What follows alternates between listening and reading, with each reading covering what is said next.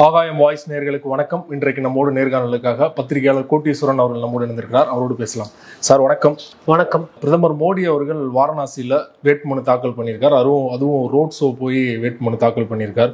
ஏற்கனவே தமிழ்நாட்டில் road show பண்ணதை பார்த்தோம். வட மாநிலங்கள் பல மாநிலங்களில் ரோட் ஷோ பண்ணார்.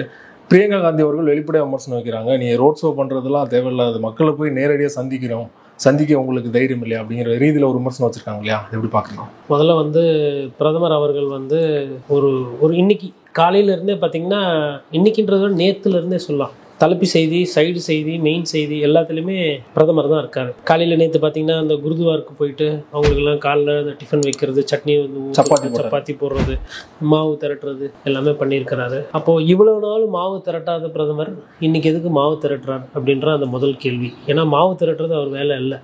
பிரதமருக்கு வேற நிறைய விஷயங்கள் இருக்கும். அப்ப அதை தாண்டி அதை பண்றாரு. அதுவும் வாக்கு பதிவு நாள்ன்று அதை பண்றாரு. அதான் நீங்க முக்கியமா பார்க்கணும். பொதுவாக இங்க என்னன்னா, வாக்கு பதிவு பண்ற நாளைக்கு பிரச்சாரம் பண்ணக்கூடாது, அமைதியா இருக்கணும். அப்ப அந்த ஒத்த நாளை கூட வேஸ்ட் பண்ணக்கூடாது. அந்த ஒரு நாள்லயும் நம்ம பேசு பொருளா இருக்கணும். நம்மளோட முகத்தை தான் செய்தித்தாள்லயும் ஊடகங்களையும் தொடர்ந்து காட்டணும். மக்கள் கிட்ட நம்மளோட அந்த முகத்தை அடிக்கடி செலுத்தி மார்க்கெட்டிங் பண்ணி பிராண்டிங் பண்ணி நான் தான் உங்களுக்கானவர் அப்படின்னு காட்டணுன்றதுல ரொம்ப தெளிவா இருக்கிறவர். ஸோ அப்போ நேற்று மாடல் கோட் ஆஃப் கண்டக்ட்ல பிரச்சாரம் பண்ணக்கூடாது. அதனால நேற்று ஃபுல்லா இந்த மாதிரி கோயில் குருகுலம் அந்த மாதிரி போயிட்டு சப்பாத்தி பண்ணி போறது, சாப்பாடு அது பண்ணாரு. அது முடிஞ்ச உடனே என்ன பண்ணாரு, கங்கா நதியில அப்படியே நின்றுட்டு அப்படியே ஒரு மாதிரி இமோஷனலா ஆத்த கிடக்கிற மாதிரி அப்படியே பார்த்துட்டு பேசுறாரு. அப்புறம் ஏதோ ஒரு சில விஷயங்கள்லாம் சொல்றாரு. அந்த ஆத்த பார்க்கறாரு. அப்புறம் வாரணாசிக்கு போறாரு. வாரணாசியில நடத்துற ரோட் ஷோக்கும் சென்னையிலயோ இல்லை மற்ற இடத்துல நடத்தின ரோட் ஷோவும் நம்ம கம்பேர் பண்ண முடியாது. அங்க பாரத பிரதமர் மோடி அவர்களுக்கு ஒரு மிகப்பெரிய செல்வாக்கு இருக்கு. அதுல எந்த விதமான மாற்று கருத்தும் கிடையாது. ஆனா என்னன்னா, மிகப்பெரிய செல்வாக்கு இருக்கிற இடத்துல கூட அவர் ரோட் ஷோ தான் நடத்துறாரு. அதுதான் அங்க பிரச்சனை. அதாவது மக்கள் உங்களை நேசிக்கிற இடத்துல கூட கொஞ்சம் இறங்கி சகஜமா போகலாம், மக்களை பேசலாம். கரெக்டா பிரியங்கா காந்தி அதை புடிச்சிட்டாங்க. எங்களோட அப்பாவும் பிரதமரா இருந்தாரு, அவரும் மக்கள் எல்லாம் சந்திச்சாரு. பிரதமரா இருந்தாலும் சாமானியனா போயிட்டு மக்களை அடிக்கடி பார்ப்பாரு, சந்திப்பாரு, அவங்க குறைகளை கேட்பாரு, நிவர்த்தி பண்ணுவாரு. போராடலாம் இப்படி டாட்டா காட்டிட்டு இப்படி வணக்கம் வச்சுட்டு அவ்வளவுதான். One way traffic. என்ன பண்ண முடியும்? இவங்க டாட்டா காட்டுவாங்க, அவங்க திருப்பி டாட்டா காட்டுவாங்க. அப்புறம் இவர் இங்கிருந்து என்ன பண்ணுவாரு, ஜெய் ஸ்ரீராம் அப்படின்னு. அப்புறம் அவங்க என்ன பண்ணுவாங்க, ஜெய் ஜெய் ஸ்ரீராம் அப்படின்வாங்க. ஸோ இப்போ இது பார்த்தீங்கன்னா முழுக்க இதே டெம்ப்ளேட் தான். இப்போ மக்களுக்கும் ஒரு பிரதமருக்கும் என்ன தொடர்பு இல்லை? ஏன் அவர் நேரடியாக மக்களை சந்திக்காம ரோட் ஷோ போறாரு? அதுக்கு தான் வரேன். இப்போ இந்த கேள்வி, உங்களோட கேள்வியில் ரெண்டாவது பக்கத்துக்கு வரேன். ஃபர்ஸ்ட் அவர் என்னெல்லாம் பண்றாரு, எப்படி பண்றாருன்றது நம்ம சொல்லிட்டோம். இப்போ ஏன் அதை பண்றாருன்னா, இப்போ நீங்க மக்கள்கிட்ட போய் சாதாரணமாக பழகும் போது, அப்பா என்னப்பா, ஒருத்தர் அந்த ஊர்ல இருக்காரு, கண்ணையா குமார்னு இருக்காரு, இல்ல போலேநாத்னு ஒருத்தர் இருக்காரு, இல்ல வேற ஒரு இந்தி பேர்ல இருக்காரு, அஜய் கோதாரின்னு ஏதோ ஒருத்தர் இருக்காரு. அவர்கிட்ட போயிட்டு ஹிந்தியில என்னப்பா நல்லா இருக்கிறேன்னா, இல்ல நல்லா இல்லை, என் பையனுக்கு வேலை கிடைக்கல அப்படின்ட்டா பிரச்சனை ஆயிடும். இன்னொரு இடத்துல போறாரு, பெண்கள்லாம் இருக்கிறாங்க, நல்லா இருக்கீங்களா அப்படின்னா, இல்லைங்க தண்ணியே இல்லை குடிக்கிறதுக்கு, கரண்ட் அடிக்கடி போகுது, பிரச்சனையா இருக்குது, நீங்க ரேஷன்ல 5 கிலோ அரிசி தான் கொடுக்குறீங்க, சிலிண்டர் எல்லாம் இவ்வளவு கட்டுப்படி ஆகல, கரண்ட் பில்லு கட்டி மாறல, கையில 10 காசு நிற்க மாட்டேங்குது, அரிசி பருப்பு வாங்க போனா கூட அது ஜிஎஸ்டி போடுறாங்க அப்படின்னு சொல்லிட்டா பிரச்சனை ஆயிடும். அப்ப இதெல்லாம் எப்படி நீங்க தவிர்க்க முடியும்? இல்ல இன்னொரு இடத்துல போறீங்க, பீகார்ல இளைஞர்களா வராங்க, இப்படி டாட்டா காட்டிட்டு பாரத் மாதா கி ஜெய் அப்படின்னும் போது அக்னிபாத் அப்படின்னு அவங்க அங்கேருந்து எதிரில் கத்துனாங்கன்னா என்ன ஆகும்? அக்னிபாத்தை பண்ணி எங்களுக்கு வேலை எல்லாம் பண்ணிட்டே இல்லை இந்த மாதிரி எதுனா இவர் சுக்ரியான்னு சொல்லும் போது அவங்க இல்லை நாங்கள் நல்லா இல்லை அப்படின்னு அவங்க எதுனா ஒன்று சொல்லிட்டாங்கன்னா எதிரில் பிரச்சனை ஆகிடும். அதெல்லாம் மறைக்கிறதுக்கு தான் இந்த ரோட் ஷோ. வழக்கமாக இந்த ரோட் ஷோ யார் பண்ணுவாங்கன்னா, ஒரு பாலிவுட் ஆக்டரு, ஒரு ஃபுட்பால் பிளேயரு, ஒரு நடிகர் நடிகைகள் என்ன பண்ணுவாங்கன்னா, நடிகைகள்லாம் என்ன பண்ணுவாங்கலாம், மேலே விழுவாங்க, செல்ஃபி எடுத்துக்குவாங்க, ஃபோட்டோக்கு போஸ்ட் கொடுக்கணுவாங்க, தோல் மேலே கை போடுவாங்க. இந்த மாதிரி பிரச்சனைகள்லாம் வரும். அதனால என்ன பண்ணுவாங்க, அங்கேருந்து இப்படி டாட்டா காட்டுறது, அப்புறம் இப்படி ஃப்ளைங் கிஸ் கொடுப்பாங்க, அதுக்கப்புறம் 2 கையில் டாட்டா காட்டுவாங்க, இல்லை ஏதோ ஒரு ஒரு பாவலா காட்டிட்டு போயிடுவாங்க. இது பாவலா காட்டுற வேலை கிடையாது. இது பிரதமர் என்பது ஒரு நாட்டில் உயரிய பதவி, நம்மளாம் நேசிக்கக்கூடிய ஒரு நபர் தான் பிரதமர் மோடி. காரணம் என்னன்னா, அவரு பிரதமர் என்ற காரணத்தினால. ஆனா அந்த பிரதமர் என்ன பண்றாருன்னா, மக்களை நேசிக்கிறது குறையுது அப்படின்ற ஒரு பார்வையை நம்ம புரிஞ்சுக்கலாம். ஏன் அது குறையுதுன்னா, எப்பனா ஒரு வாட்டி தான் பார்க்க வரீங்க அந்த ரோட் ஷோ மூலமா, 5 வருஷத்துக்கு ஒரு வாட்டி தான், தேர்தல் வரும்போது தான் வராரு. இல்லைன்னா டெய்லி எல்லாம் ரோட் ஷோவோ இல்லை மாசத்துக்கு ஒரு ரோட் ஷோ எல்லாம் பண்ண முடியாது, இல்லை வருஷத்துக்கு ஒரு ரோட் ஷோ கூட அவர் பண்றது கிடையாது. அப்படி வரும்போது கூட பொதுமக்களுக்கு பிரதமர் என்பவர் ஒரு எட்டாக்கனியா இருக்கார். இவர் இப்படி டாட்டா காட்டிட்டு போறதுனால, அந்த சைடு இருந்து டாட்டா காட்டினதுனால 10 பைசா எதனா வருமானம் மாறுது, இல்ல ஒரு 10% அவங்களோட குறைகள் நிவர்த்தி ஆகுது, இல்ல எதனா ஒரு விஷயம் சரியாகுதுன்னு கேளுங்க, ஒன்னே ஒண்ணு நடக்குங்க. அந்த சாலை என்ன பண்ணுவாங்க, முன்னாள் ரோடெல்லாம் போட்டு கொஞ்சம் சுத்தப்படுத்தி வைப்பாங்க, அவ்வளோதான் நடக்கும். அதுக்கப்புறம் அந்த பக்கம் யாரும் ஜனங்களை நடந்து போக முடியாது, ஒரு அவசர ஆபத்துக்கு வண்டி போக முடியாது. இந்த ரோட் ஷோன்றதுனால அது வந்து ஒரு மாயை பாருங்க. கூட்டம் 2 சைடு காசை கூட்டிட்டு ஆளை நிற்க வச்சு நீங்கள் டாடா காட்டுனா யாருக்கு நான் தெரியும் போகுது. ரொனால்டோ வராரு வச்சுக்கோங்க நம்ம ஊருக்கு, கிறிஸ்டியானோ ரொனால்டோ இல்லை மெஸ்ஸி வராரு இல்லை தோனியே போறாரு. தோனி போனார்னா இந்த மாதிரி ரோட் ஷோ பண்ணாரா கூட்டம் சேராது. பட் அதனுடைய தாக்கம் என்ன? சேப்பாக்கில் கூட தோனி ஓப்பன் வண்டியில் போனார்னா சுற்றி 2 சைடாக கொள்ளாது, அவ்வளோ பேர் சேர்ந்துருவாங்க. இல்லை ரஜினிகாந்த் ஒரு இடம் போறாரு, இல்லை விஜய் ஒரு இடம் போறாரு, ஷூட்டிங் இங்கே தான் ஷூட்டிங், விஜய் வந்திருக்காருன்னு தெரிஞ்சாலுமே ஒரு 50,000 பேர் போய் நின்றுவாங்க. இப்போ உடனே விஜய் வந்து இப்படி கை காமிச்சிட்டாருன்னா ஜனங்களுக்கு ஒரு வேளை கஞ்சி கிடைக்குமா, இல்லை ஒரு வேலை வாய்ப்பு கிடைக்குமா? அப்போ ரோட் ஷோ யார் பண்ணணும், ரோட் ஷோ யார் பண்ணக்கூடாதுன்றது தெரியாம இவங்க பண்ணிட்டு இருக்கிறாங்க. ஒரு செலிபிரிட்டி ரோட் ஷோ பண்ணலாம், சும்மா ஒரு ஃபேன்ஸை பார்த்து கை காட்டுகிறது. பட் ஒரு பிரதமருக்கும் ஓட்டு போட்ட மக்களுக்கும் ஒரு பந்தம் இருக்கு. என்னை நம்பி நீங்க வாக்கு செலுத்துங்க, உங்களோட குறைகளை நான் நிவர்த்தி பண்ணுவேன், நாடை வளர்ச்சி கொண்டு போவேன், மக்களுக்கு வந்து பணம் கையில வர மாதிரி பண்ணுவேன், உங்களோட வருமானத்தை ரெட்டிப்பு மடிப்பாக்குவேன், உங்க அடுத்த தலைமுறை பிள்ளைகள் வந்து படிச்சு முன்னேறதுக்கு நான் வந்து படிப்பு தரேன், வேலை வாய்ப்பு தரேன். ஒரு நம்பிக்கை ஊற்ற ஒரு பிரதமர் வந்து 19 ரோட் ஷோ பண்ணிட்டு போறாரு. டயலாகே இல்லை. இந்த சைடு ரேடியோ எடுத்தா மங்கி பாத் இவர் ஒண்டி பேசுவார், அந்த சைடில் என்ன நினைக்கிறாங்க என்ன சொல்கிறாங்க கருத்து கேட்கறதுக்கு இல்லை. சரி பிரச்சாரம் பண்ணுறேன்னு பார்த்தா இந்த வீடு வீடாக பிரச்சாரம் பண்ணுறது பாரதிய ஜனதா கட்சி நான் மறந்துட்டாங்க. எல்லாமே ரோட் ஷோ தான். ரோட் ஷோ பண்ணும்போது அப்படியே போயிட்டு அப்படியே டாட்டா காமிச்சிட்டு வண்டியில் இந்த சைடு ஒரு 10 டாட்டா, இந்த சைடில் ஒரு 10 டாட்டா, தெரு முடிஞ்சிடும். அப்புறம் அந்த மாதிரி லெஃப்ட் கையில் இந்த சைடு ஒரு 10 டாட்டா, இந்த சைடு ஒரு 10 டாட்டா, அப்புறம் நடுவில் கொஞ்சம் வழக்கம், அப்புறம் தாமரை பொம்மை ஒன்று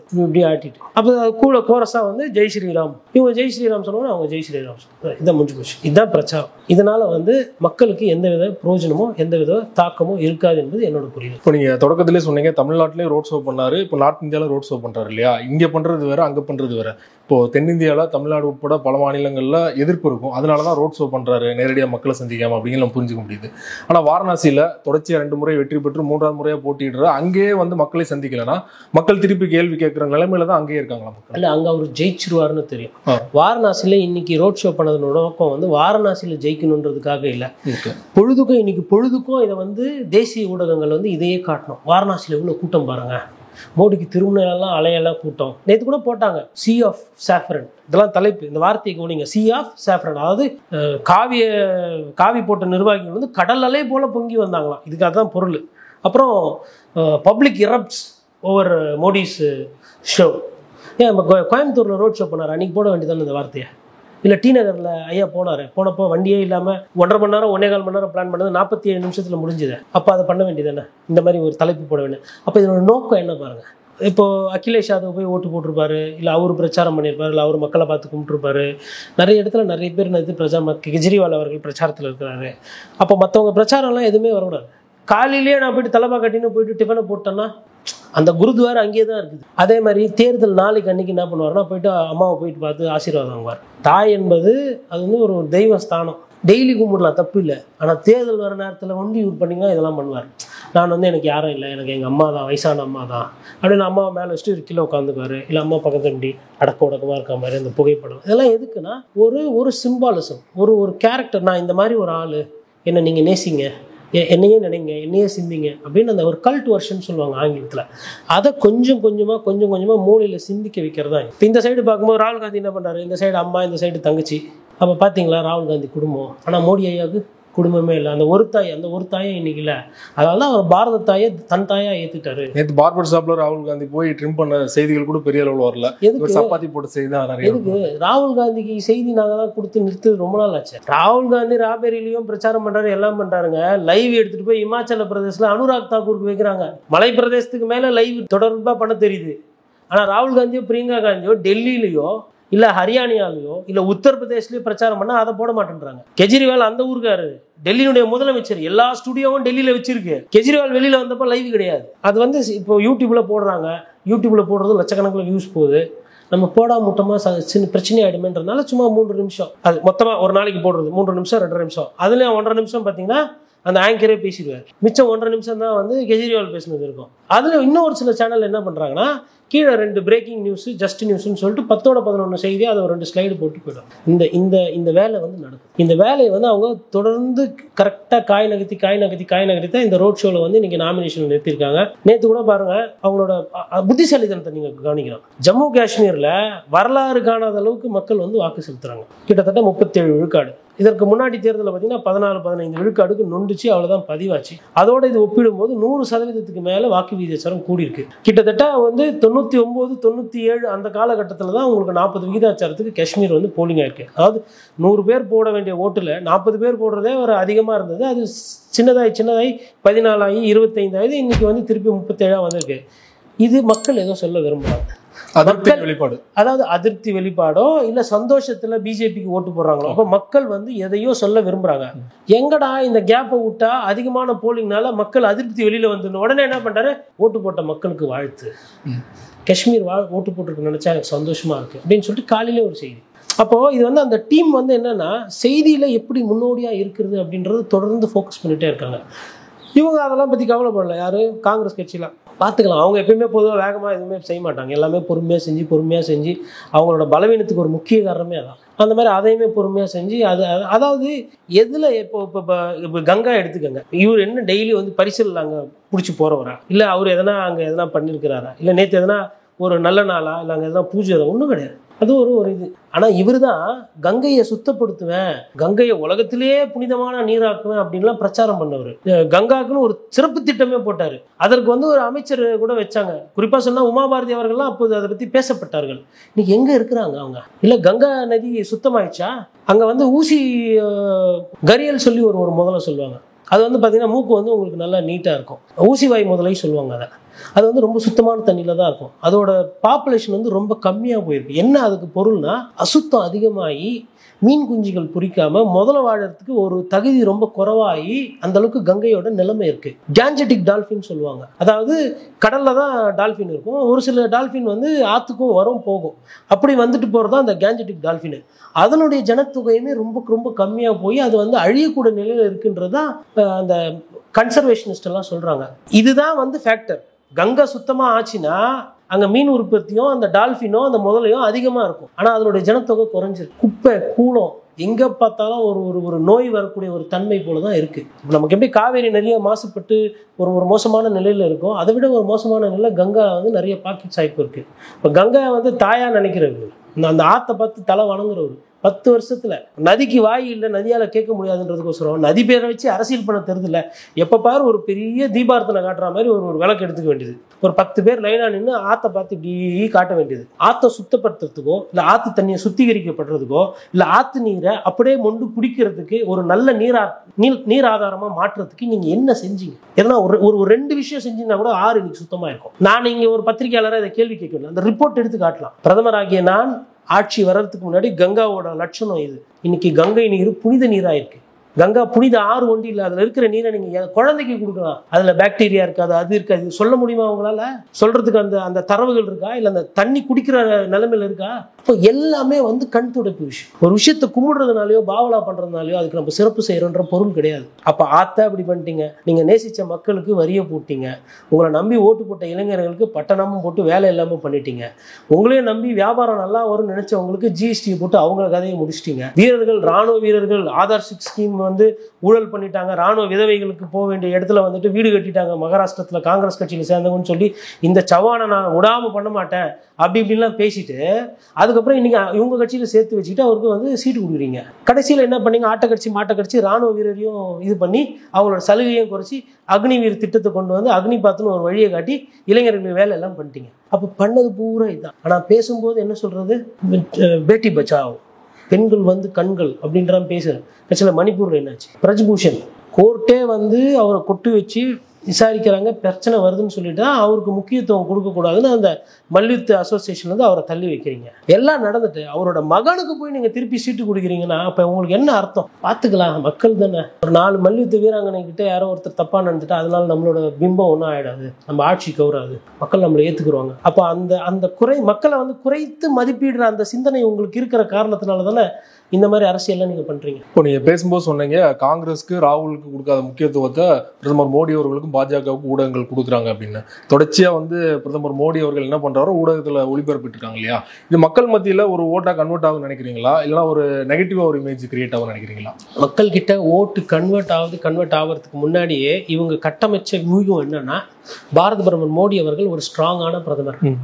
அவரை தோற்கடிப்பதற்கு ராகுல் காந்தியாலேயோ இல்லை மற்ற தலைவர்களால முடியாது. ராகுல் காந்தியோட இமேஜ் இவ்வளோண்டு இருக்கு, அவருக்கு ஒன்றும் தெரியாது, அவரால் மோடி எதிர்த்து அரசியல் களம் காண முடியாது அப்படின்ற மாதிரி ஒரு கட்டமைப்பை தொடர்ந்து ஒரு ஃபர்ஸ்ட் வாட்டி தோத்தது நியாயம். ஏன்னா உண்மையில காங்கிரஸ் கட்சி தோற்கடிக்க வேண்டிய கட்சி தான். காங்கிரஸ் கட்சி வந்து அப்படியே இன்னைக்கு பேசுறதை வைத்துக்கொண்டு அவர்கள் ரொம்ப நல்ல கட்சி, சிறப்பான கட்சின்லாம் நம்ம அந்த முடிவுக்கு போயிடக்கூடாது. 5 வருடத்திற்கு ஒரு வாட்டி இவர்கள் வந்து தோற்கடிக்கப்பட வேண்டியவர்கள். நீங்க 10 வருஷம் கொடுத்துட்டீங்கன்னா தான் பிரச்சனை.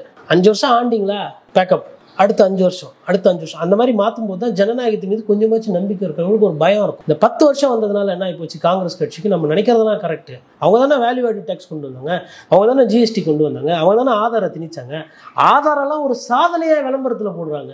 ஆதார்னால நீங்க சொல்லுங்க, ஒருத்தருக்கு ஏதோ ஒரு நல்லது நடந்தது சொல்லுங்க, அது என்ன, அது ஒரு குறியீட்டு எண், அதுலயும் டூப்ளிகேட், அதை இணைக்கணும், என்ன பிக்கணும், பேங்க்ல சேர்க்கணும், எவ்வளவு வாட்டி லோன் அலைய வச்சுங்க அந்த ஆதாருக்கு வேண்டி. நான் எதுக்குங்க கண் மையும் கை ரேகையும் கொடுக்கணும்? இதை வச்சு நாளைக்கு யாரோ வந்து ஏமாத்தினாங்கன்னா பண்ணால் என்ன ஆகும்? பட் டிஜிட்டல் இந்தியான்னு கொண்டு வந்தீங்க, அது இப்போ பிஜேபி பீரியடில் அதிகமாக பண்ண போகுது. கண்ணெதிரில் நீங்கள் ஒரு கார்டு கொடுப்பீங்க, தேய்ப்பாங்க, உங்களுக்கு எஸ்எம்எஸ் வரும், பேங்க்லேருந்து 800 ரூபா எடுத்துட்டாங்க, இல்லை ஒரு 1400 ரூபா எடுத்துட்டாங்கன்னு. அவர் பார்த்துட்டு டிரான்சாக்ஷன் டிக்ளைன்டுன்னு காட்டுவார் அவர்கிட்ட. இந்த டிஜிட்டல் இந்தியா. எனக்கு வந்து எஸ்எம்எஸ் பேங்க்லேருந்து என் பணம் போயிடுச்சு, அது கிரெடிட் கார்ட்லையோ இல்லை டெபிட் கார்ட்லையோ பணம் போயிடுச்சு, அந்த 800 ரூபா. அவர் சொல்லுவார் எனக்கு பணம் வரல, 2 பேரும் சண்டை. இப்போ இந்த பஞ்சாயத்து பண்ணனா அந்த மெர்ச்சன்டைஸ் இருக்கார்ல, அவர் என்ன சொல்றாரு, நீங்க பேங்க் கிட்ட கேட்டுக்கணுமா. நீங்க என்ன சொல்லுங்க, என் பில்லுல வந்துச்சு, என் அக்கௌண்ட்ல இருந்து, நான் எதுக்கு பேங்க்கை கேட்கணும், என் அக்கௌண்ட் வந்து போயிடுச்சு பணம் பாருன்னு. அவன் சொல்லுவான் இல்லை என் பேங்க்ல இருந்து எனக்கு வரல. அப்போ ஒருத்தன் வேலையை செய்யறவனும் பொழப்பு செய்யறவனும் பொழப்பு பண்ண விடாம அந்த இடத்துல சண்டை சச்சரவு பண்றதுன்னு டிஜிட்டல் இந்தியா. இது ஏன் உங்களுக்கு எல்லாம் புரிய மாட்டேங்குது அம்மையார் நிர்மலா சீதாராமனுக்கோ இல்ல பிரதமர் மோடி ஐயா அவர்களுக்கோ? காரணம் என்ன, நீங்க எங்கேயும் போய் கார்டு தேய்க்கிறது இல்லை, உங்களுக்கு யாரோ ஒருத்தர் செய்யறதுக்கு ஆள் இருக்கிறாங்க. அதனால இந்த பேங்க்குக்காரங்க என்னென்ன பிரச்சனை கொடுக்குறாங்கன்னு தெரியல. நிறைய பேர் பணம் டெபிட் ஆகிட்டு திருப்பியே வர்றது இல்லைங்க. 30 நாள் 40 நாள் ஆயிடுச்சா வர்றது கிடையாது. 2000 3000னா சரி ஓகே தலையெழுத்துன்னு விட்டு போயிடுவாங்க. 30,000 40,000 இந்த மாதிரி ஆன பணம்லாம் இன்னும் பஞ்சாயத்து ஆகாம நிக்குது. அங்க எங்க போச்சுப்பா அந்த பணம்? இவங்க கணக்கு பிரகாரம் பணம் போயிடுச்சு, அவங்க கணக்கு பிரகாரம் பணம் வரல. அப்ப எங்க போச்சு நடுவில் அந்த பணம்?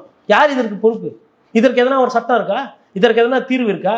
உடனே சொல்லலாம் பேங்க்குக்கு ஃபோன் பண்ணு. பேங்க்குக்கு ஃபோன் பண்ணா எண் 1 அமுக்குவோம் ஆங்கிலத்துக்கு, 2க்கு தமிழை அமுக்குவோம், அப்புறம் அதை அமுக்குவோம் இதை அமுக்குவோம்னு அதுவே பேசினதே பேசின்னு இருக்கும். அதுக்கப்புறம் நம்பரை போடணும், அதுக்கப்புறம் உங்க டேட் ஆஃப் பர்த் சொல்லணும், அப்புறம் பாஸ்வேர்டை சொல்லணும், அப்புறம் பின்னை சொல்லணும், அப்புறமா கடைசியா வந்து திருப்பி மறுபடியும் சொன்னதையே சொல்லணும். அதுக்கப்புறம் ஒருத்தர் பேசுவார், அவர் பார்த்தா ஹிந்தியில பேசுவார், பாதி பேருக்கு இங்க ஹிந்தி தெரியாது. எவ்வளவு பிரச்சனை தெரியுங்களா? ஒரு கம்ப்ளைண்ட் ரைஸ் பண்ண 15 நிமிஷம் ஆகும். காவல்துறைக்கு இல்ல ஃபயர் டிபார்ட்மெண்ட் ஒண்டி தான் போட்டவனும் ஃபோன் போகுது. மிச்சம் எது இந்த ஒன்னை அமுக்குவோம் நானா கேட்கறேன்னா, இப்ப பிரதமரும் முதலமைச்சரும் இருக்கிறாங்க, அவங்களுக்கு ஒரு பஞ்சாயத்து இருக்கும்போது இந்த மாதிரி போனை குத்து கம்ப்ளைண்ட் ரெஜிஸ்டர் பண்ணும்போது அப்போ ஃபோன் பண்ணுவோம், என் 1 அமுக்குவோம் 9 அமுக்குவோம்னா கடுப்பாமோ ஆகாதா? அப்ப இந்த மாதிரி மக்கள் பிரச்சனையே அவங்க கண்ணுக்கு புரியவே மாட்டேங்குது. அதுதான் சொல்றேன், இந்த தேர்தலில் பிஜேபி மக்கள் பிரச்சனை எதுவுமே பேசாம இந்த ரோட் ஷோ, கங்கையை பற்றி கும்பிட்றது, அப்புறமா வந்து கோயில் தர்காக்கெல்லாம் போயிட்டு வணக்கம் வைக்கிறதாங்க, இல்லை இந்த மாதிரி குருகுலத்தில் போயிட்டு அங்கே சாப்பாடு போடுறது, சப்பாத்தி பேசிடுறது, இதே வேலையை தான் பண்ணிட்டு இருக்காங்க. 10 வருஷமா பண்ணாங்க, இப்போ திருப்பியும் பண்ணி இன்னும் ஒரு 5 வருஷத்துக்கு இதே பண்ணுறதுக்கு பிளான் பண்ணுறாங்க. ஏற்கனவே சில நாட்களுக்கு முன்னாடி ஒன்றிய உள்துறை அமைச்சர் அமித்ஷா அவருடைய அலுவலகத்தில் தீ விபத்து ஏற்பட்டது. அது எதேச்சியானதுதான் அப்படின்னு அவங்க தரப்புன்னு தெரிவித்தாலும் பலரும் சந்தேகங்கள் பண்ணாங்க. இன்றைக்கு பார்த்தீங்கன்னா டெல்லியில் இருக்கிற வருமான வரித்துறை அலுவலகத்திலையும் இப்போ தீ விபத்து ஏற்பட்டிருக்கிறது, அணைக்க முயற்சி பண்ணிட்டு இருக்காங்க இல்லையா? தொடர்ச்சியாக அந்த மாதிரி நடக்கிற நிகழ்வுகள் நம்ம எப்படி புரிஞ்சுக்கிறது? பலரும் சந்தேகம் எழுப்பிட்டு இருக்காங்க இல்லையா? முன்னாடியே வந்து இந்த மாதிரி ஹோம் மினிஸ்ட்ரியோட ஆஃபீஸில் வந்து ஃபைல்ஸ்லாம் கொஞ்சம் எரிஞ்சப்போ நிறைய சந்தேகம் வந்தது. அந்த மாதிரி ஃபயர் ஆக்சிடென்ட் வந்து பொதுவாக ஆட்சி முடிகிற நேரத்தில் வந்து இந்த ஃபைல்ஸ் காணா போகிறது, ஹார்ட் டிஸ்க் காணா போகிறதுன்ற கம்ப்ளைண்ட்டு ரொம்ப நாளாக இருக்குது. இது எதார்ச்சியாக நடக்குதா? உதாரணத்துக்கு அதிமுக ஆட்சியில் இங்கே நம்ம பார்த்தோம், சுகாதாரத்துறை அமைச்சர் விஜயபாஸ்கர் அவரோட கம்ப்யூட்டர்ஸ் நிறைய மாசு போய் உட்காடுறாரு. அந்த கம்ப்யூட்டர் ஆன் பண்ணால் ஆனே ஆக மாட்டேது, வெறும் டெஸ்க்டாப் தான் ஆன் ஆகுது. என்னன்னு பார்த்தா ஹார்ட் டிஸ்க்கு காணும், ரேம் எல்லாம் கயண்டி போயிருக்கு. அப்போ என்னன்னா எல்லாத்தையும் கயட்டி எடுத்துன்னு போயிட்டாங்க, இல்லை எல்லாத்தையும் ஃபார்வர்ட் பண்ணி விட்டாங்க. ஒரு சில கம்ப்யூட்டர் வந்து மொத்தமாக ஃப்ரீயாக இருக்குது. ஒரு கம்ப்யூட்டரில் வந்துட்டு ஹெல்த் டிபார்ட்மெண்ட்டில் அந்த கம்ப்யூட்டர் வந்து பார்த்தீங்கன்னா எல்லா மெடிக்கல் சூப்பரிண்டென்ட்டு, டீனு, டிஎம்இ நம்பரு, அதுக்கப்புறம் ஆர்எம்ஓ ரெசிடென்ட் மெடிக்கல் ஆஃபீஸர் சொல்லிட்டு யார் யார் தமிழ்நாட்டில் எங்கெங்கே இருக்கிறாங்க, என்னென்ன போஸ்டிங், அவங்க செல் நம்பரு, அவங்களோட டெசிக்னேஷன், அப்புறம் அவங்க லேண்ட்லைன் நம்பர், எமர்ஜென்சி நம்பர்லாம் இருக்கும். அந்த டேட்டா பேஸையும் டெலிட் பண்ணி விட்டுக்கிட்டாங்க. அடுத்து வரவங்களுக்கு ஒரு வேலை பார்க்குறதுக்கு இந்த நம்பர்லாம் தேவையில்லை. இது வந்து ஒரு உதாரணம் சொல்கிறேன். நம்ம கண்ணெதிரில் ஃபோர்ட் செயின்ட் ஜார்ஜில் ஆச்சு. அப்போது இது மாதிரி ஒரு ஆட்சி முடிகிற நேரத்தில் இந்த மாதிரி வந்து ஒரு ஃபயர் ஆகுது, இப்போ ஒரு சில பேப்பர்கள் இல்லை ஒரு சில விஷயம் எரிஞ்சு போகுது, இல்லை ஒரு சில எவிடன்ஸ் போகுதுன்னா அதற்கு வந்து இது வந்து வியூகத்தை அடிப்படை தான். இது வந்து கட்டுக்கதைகளாக இருக்கலாம், இல்லை உண்மையிலே வந்து டெம்பரேச்சர் ஜாஸ்தியாகி ஒரு ஷார்ட் சர்க்யூட் ஆகி கூட ஏசி ஷார்ட் சர்க்யூட்ன்றாங்க. ஏசி ஷார்ட் சர்க்யூட் ஆகி கூட நியாயமான முறையில் நடந்திருக்கும். ஓகேங்களா? ஏன்னா விபத்து என்பது நம்ம தடுக்க முடியாது. பட் ஆனால் நம்ம ஒரு பத்திரிகையாளரை அந்த ஒரு சந்தேகத்தை ஏற்படுத்துகிறாங்க, இல்லை அந்த சந்தேகம் இருக்குன்னு அதை விசாரிக்கணும், அதை பற்றி பேசணுன்றது ஒரு ஒரு ஒரு ஜனநாயக கடமையாக தான் நான் பார்க்குறேன். அதனால் நான் எப்படி ஷார்ட் சர்க்யூட்டாக இருந்தால் ஓகே, வெல் அண்ட் குட், ஒன்றும் பிரச்சனை இல்லை. ஒரு வேளை யாருன்னா திட்டமிட்டு இப்போ ஒரு சில ஃபைல்ஸ்லாம் இருக்குது, அதெல்லாம் டெலிட் ஆகி போச்சுன்னா யாருக்கு தெரியும்? எவ்வளோ லட்சக்கணக்கில் டேக்ஸ் பேயர்ஸ் இருக்காங்க. யாரோ ஒரு சில ஒரு டேட்டா பேஸில் ஒரு ஃபைல்ஸ் எல்லாம் காண போகுதுன்னா ஒன்றும் தெரியாது. டிஜிட்டல் இந்தியாவில் எல்லாம் சேஃபாக இருக்குன்னு தான் சொல்கிறாங்க. டிஜிட்டல் இந்தியாவில் தான் நம்ம வந்து எல்லாத்தையும் ரெக்கார்ட்ஸை டிஜிட்டைஸ் பண்ணுறோன்னு தான் சொன்னாங்க. அப்புறம் இருக்கும்போது ஏரி குளங்களுக்கு கான்மாயோட இடத்துலலாம் எப்படி பட்டா வந்து ரெஜிஸ்டர் ஆகுது, எப்படி இடம் வந்து ஒரு ஏரி எப்படி காணா போகுது, கிணறு எப்படி காணா போகுது, நிலங்கள் எப்படி வந்து அரசு புறம்போக்கு நிலம் எப்படி தனியார் கைக்கு போகுது, எல்லாத்தையும் நீங்கள் தான் ரெக்கார்ட்ஸ் பண்ணிட்டீங்கல்ல, அப்புறம் எப்படி மாறுது?